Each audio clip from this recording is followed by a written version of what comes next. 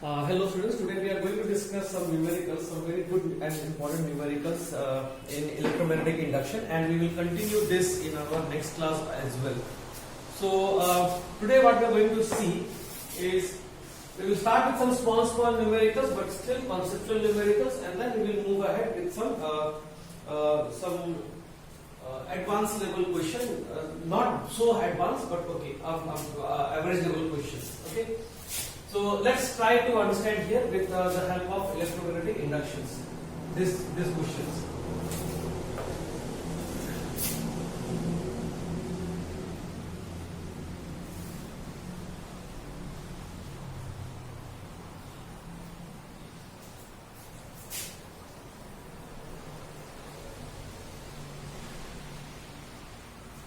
So electromagnetic induction numericals. Now we know that the motional EMF is equal to BVL, and there is a condition for that, that when we discuss this concept of BVL, we look for the length and the velocity and the magnetic field, all three mutually perpendicular to each other. Okay. What if the length is not perpendicular? That also I have already discussed. So if your length and the velocity, let us say the magnetic field is still like this, and the velocity is in this direction, and this makes an angle of theta. Then for this length, this particular length, okay, just look at here.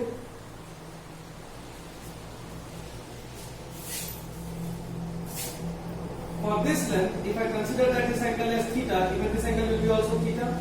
So this length will be equal to your L sin theta, and this length will be equal to your L cos theta, and this was the velocity v. That means your L sin theta is perpendicular to velocity v. Okay. So that's the first question of today's. Consider a body moving with a velocity of v, making an angle of theta in a magnetic field placed. What is the induced EMF? So induced EMF here will be equal to BVL sin theta. Which term will be at higher potential, A or B? So V cross B, this one V cross B, all the positive charge will shift upward. I am assuming that you have seen the theory lecture of my electromagnetic induction. Okay, V cross B, all the positive charge will shift over here, negative will shift over here. So A will be at higher potential. A is at higher potential. Okay. Now, one step up. Now, let us say that I have this one as the magnetic field over here. This is my magnetic field, and this one is your semicircular arc, and this semicircular arc is moved with the velocity of v. Okay, having a radius of r. So this arc is having a radius of r. Now, if you are moving this velocity v, and this is semicircular arc, now trust me, even if you take a small element over here. Okay, just take a small element over here, and this is your velocity v, correct? Because each point will have a velocity in the downward direction. So velocity v. So if I consider this angle as theta, ultimately this will come. This will become as perpendicular to v. Agree? So even if I take small elements, all this distance will add up to the direction perpendicular to the velocity. And when you add all these elements over here, for the entire loop, you will get the effective length as 2 times of r, and hence your EMF will be equal to BVL, and that is equal to BV times of 2r. V cross B, this will be at higher potential, this will be at lower potential. So A at higher, B at lower. So potential A is at higher potential.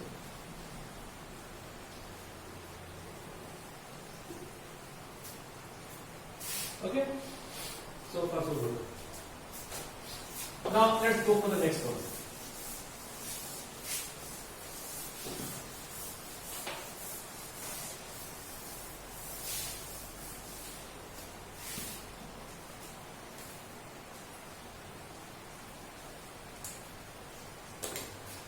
In the next question,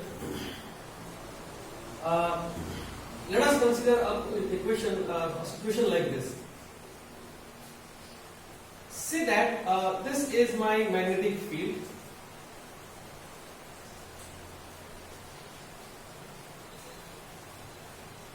This is my magnetic field over here, and there is a frame. This side length is L, and I am moving this frame with a constant velocity of v, with a constant velocity of v, and it is yet to enter the magnetic field. And this is my magnetic field, and this is just at the boundary of the magnetic field. Now the question is, I need to plot a graph, time versus EMF. Okay, I will first plot a graph of time versus flux, and then I will plot the graph of time versus EMF versus time. Now, right now there is no question of flux because the field is here, whereas the loop is here. Now, what happens when at some instant it enters the loop? Sorry, it enters the magnetic field. So when it enters the magnetic field, let us say that it enters the magnetic field over here. How much distance it has entered? Let us say velocity times t, because v is the velocity of loop. And this is the flux which is passing through it, only this much. And this length is L. So what is the area over here? Area is equal to Vt times of L. So what is the flux? Flux is equal to field multiplied by area. Area is Vt times of L, that is length into breadth, length into breadth, or that is equal to BVL times of T. This is my flux. So you can see here flux is directly proportional to time. So flux is directly proportional to time, and it will come till time t1. You know what is the time t1? That time t1 is that much of time when the entire loop has come inside the magnetic field. Okay? So I'll just rub this, and this is at any time t, so I'm going to plot what is happening at time t1. At time t1, what is happening is entire loop has come inside. So if I consider this length as b of the loop, then that time t1 will be equal to b divided by velocity v, distance by speed. So this is the time t1. Now what is next after this? After this, the loop will keep on moving in the magnetic field, and there is no change in flux. Flux is not changing. Am I right? If the flux is changing, no, its flux is not changing. It's just like this. So it's while entering, flux is changing, flux is changing, flux is changing. Now flux has attained maximum. So it is having maximum flux. So long it is moving in the magnetic field. So no change in flux. So flux has attained maximum, but there is no change. And now it is about to come out. Okay? And when it is coming out, flux will again decrease. We will just mark as T1, T2 and T3. Now what about the EMF? EMF is equal to d phi by dt. d phi by dt. Now if it is d phi by dt, they ask very interesting. I like this part especially. Here we have to analyze something, okay? d phi by dt is what? D phi by dt, if you differentiate this one as d of dt of BVLT, what you will get? You will get BV times of L. That is the emotional, motional EMF. Okay. So EMF is equal to BVL. Now what is happening over here is this. In the first part, remember there is a minus sign over here. Remember this? In the first part, flux is increasing. So induced EMF will try to oppose the cause. So let us say the value is negative. So I will have a negative EMF, and that value is BVL. And then for some time, it will not show up any value of EMF, and that is happening between T1 to T2. Okay. Now once it has crossed T2, now the flux, in this region, what is happening? When it is trying to come out, when it is trying to come out, your flux is decreasing. So that means the flux is decreasing. So this flux is decreasing, and hence there will be no negative sign, because there is a minus sign, I agree, but d phi by dt itself is negative, am I right? So negative will become positive. Or I'll tell you the shortcut, or this is T2. So in this case, induced EMF will try to again oppose the cause. So if I consider that in this, if the EMF is negative, then in that EMF will be positive. Okay? Here the EMF will be positive. This EMF means how the thing is rotating. The current is rotating clockwise or anti-clockwise, because the current will try to oppose the cause. So EMF will also change the polarity. So while going, let us say if it is creating a anti-clockwise current, okay, then while coming out it will create a clockwise current. Okay, so EMF will be negative and positive.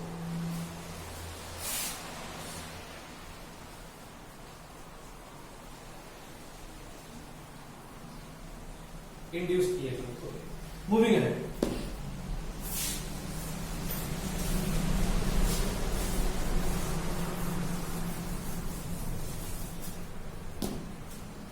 Say that I have a right angled isosceles triangle in the form of a metallic wire, and this is how it looks like.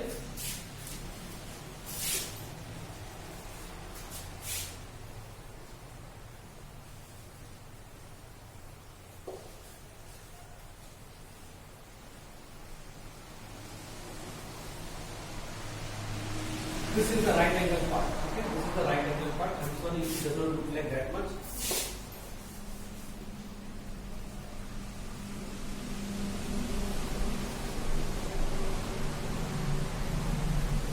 So this is the right angle part. Okay.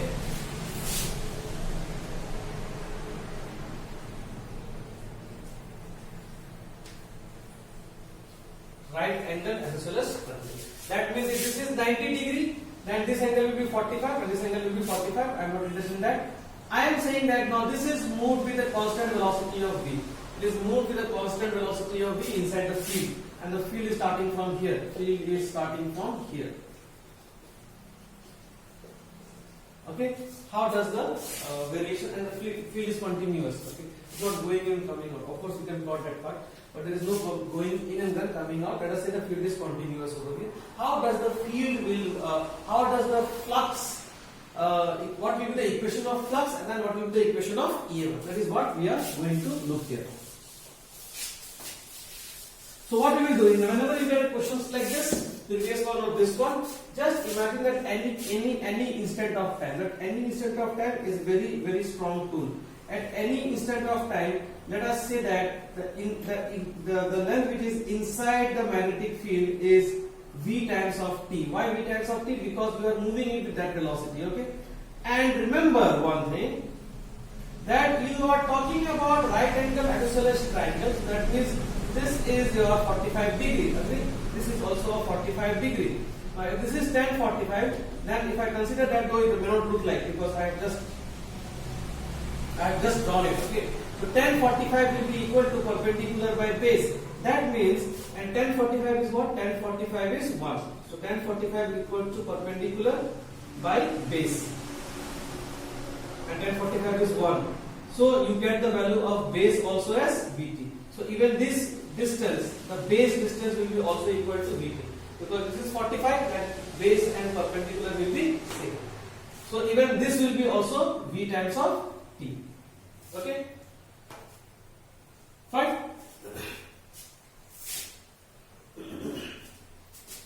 Sorry, not this one. Oh, my God. Not this one. Since it has entered till here, so this is Vt, correct? So this distance is also Vt. This distance is also Vt. Okay? This is Vt, because this angle is still 45 degree. So if this angle is 45 degree, this is Vt, this will be also Vt. Why I am wasting so much of energy if I can draw it bigger than this? Okay, I am so sorry. Just think over here in this manner. Over here, this is Vt, this is 45. So this is also Vt, okay, perpendicular base. This is also Vt. Now remember, this much part is inside the magnetic field. This much part.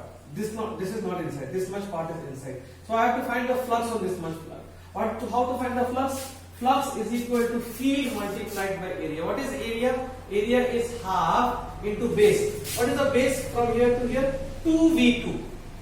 So 2Vt. So 2 times of Vt. Base. Height. Height is how much? Half into base into height. Height is how much? Height is Vt again. So this is again multiplied by Vt. So 2 gets cancelled out. So what will you get? You will get 2V square T square. This is my flux expression. How does this graph looks like? If I have to plot this flux versus time t, this is y is equal to x square graph. Okay. So the graph will look like this. This is my flux graph. Okay. Now, how does the EMF graph will look like? So if I just consider that I am only considering going in, so I will just take the mod of this. So I will get this function as 2t. Differentiation of t square is 2t. You can just check back the differentiation formula.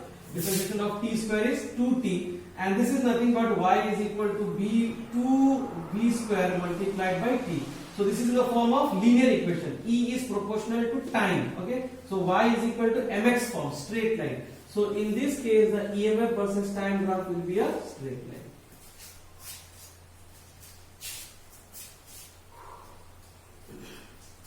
It's a very good question.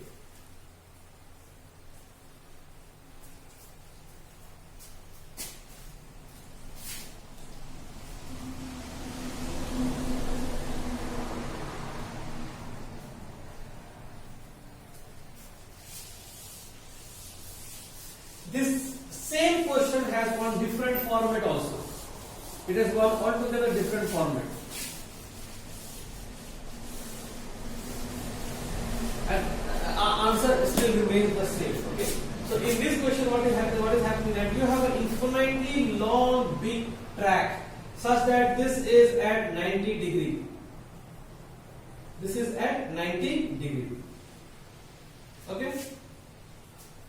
And there is a long rod which has been taken in this direction with a velocity of v. And this is 90 degree. Okay. And this rod is being carried in this direction. And this whole region is filled with magnetic field. It has the same answer. Same answer. So let us say it started from here.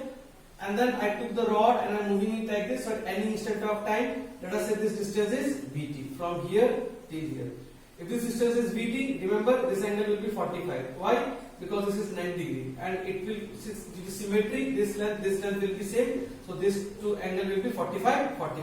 So this length will be also Vt. This length will be also Vt. See, we are getting the same result. So flux will be is equal to field multiplied by area. Area is half into base. Base is 2Vt into height. Height is Vt. Exactly same. Another version, same result.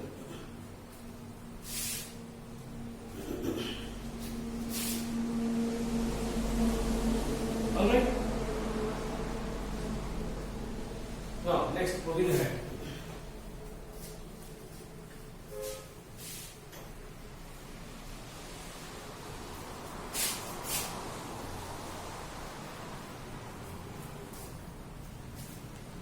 They add mechanics to it in EMF. Small mechanics will come over here. If you have seen the video on electromagnetic induction, I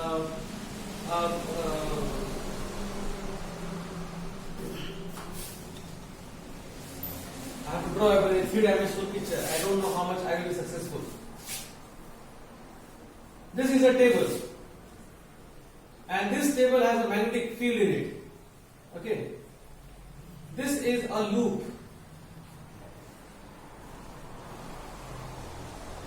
This is a rod which can slide.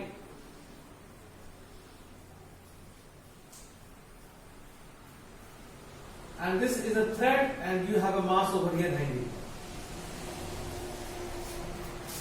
The question is, what should be the minimum mass over here so that the rod continues to move with constant velocity? Okay, and this is the entire question. Okay, now I'll just draw the diagram which is suitable for us. Okay, and then we will bring the tension over here. Basically, if it is moving with constant velocity, this is falling down with constant velocity. If it is falling down with constant velocity, then the tension over here must be equal to m times of g. So I will get the first equation, P equals to mg. And then the tension over here will be equal to the force, which will be ILB force. Okay. So I just draw this simplified diagram over here. This we have already done. You have to just ensure that you are able to relate the concepts over here. So if I consider that this is moving with a velocity of v, and let us say this is my magnetic field. Okay, then the flux will increase, so current will be anti-clockwise. You can justify. I will not ponder on that. I will not discuss that part again and again. So the current will be anti-clockwise because flux is increasing and field is inside. So it will try to oppose the cause. So it will create a field in this direction, and so the rod will have a current in the upward direction, and that current I will be equal to BVL, the EMF, Boschel EMF divided by resistance R, and IL. Then I will experience a force of IL cross B. So you will have IL cross B. B is inside, IL is this, B is inside, force in this direction, and that is equal to BVL divided by R as the current into L into B. And this is what I am saying, that this force will be in this direction, and this force must be equal to the tension, and tension must be equal to the mg. That means this force must be overall equal to mg. And from now this equation I can find the value of mass. What should be the minimum mass, so that the body moves in so that the rod moves in a constant velocity. Or they may say, so that the current in the circuit is constant. See, constant velocity means current in the circuit can be also constant, because B, L and R all are constant.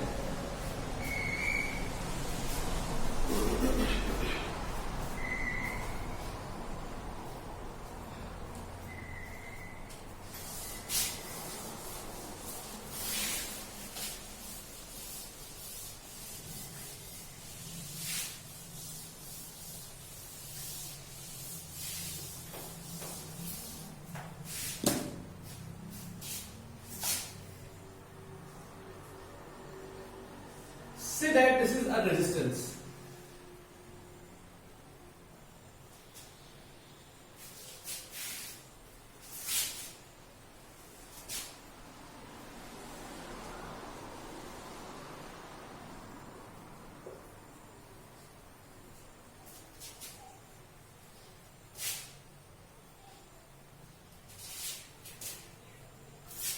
And this is the magnetic field. Same thing. There is no root this time.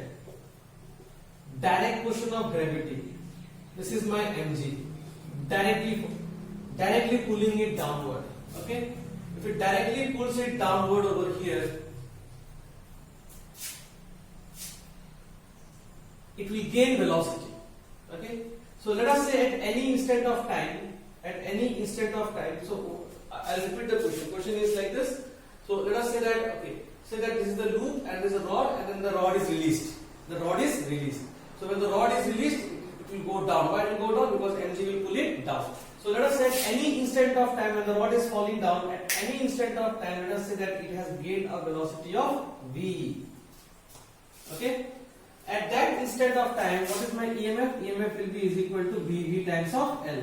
What is my current? Current will be is equal to VVL divided by R. That is EMF equals to EMF by R.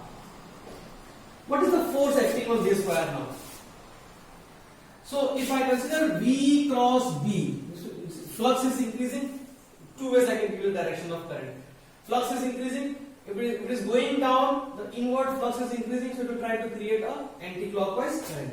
So we try to create an anti-clockwise current. Or you can use the B cross B, that Lorentz force, Q V cross B. That is also you can use. V cross B, all positive will shift here, all negative will shift here, so it will act like a battery with this as plus, this as minus. So plus to minus, the current will flow. Anyway, current is anti-clockwise, E by R. So I have a current I. Now this I will have a force IL cross B. Force will be upward.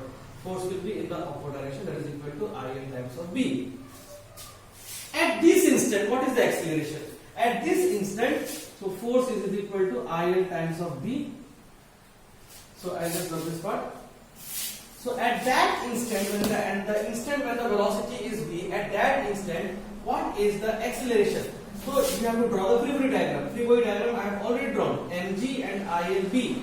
So Mg minus ILB will be equal to M times of A.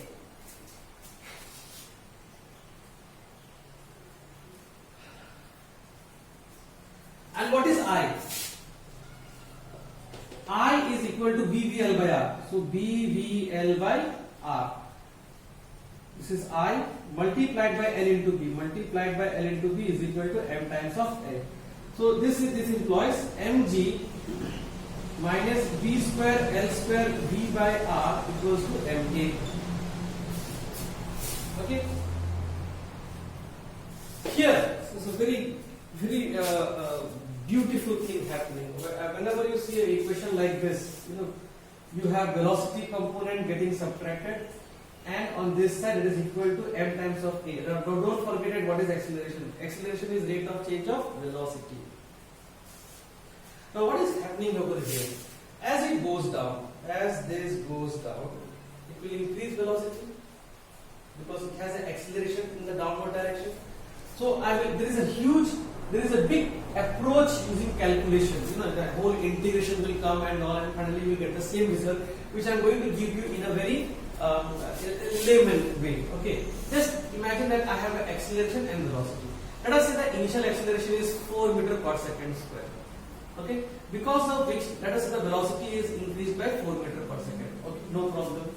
Now, when the velocity has become 4 meters per second, that means this term has become 4 meters per second. This term is getting subtracted. Am I right? Mg minus this equals to ma. So when let us say when a is 4 meters per second square, your velocity is 4 meters per second square, but then that 4 meters per second goes over here, gets subtracted. So let us say that this becomes 3.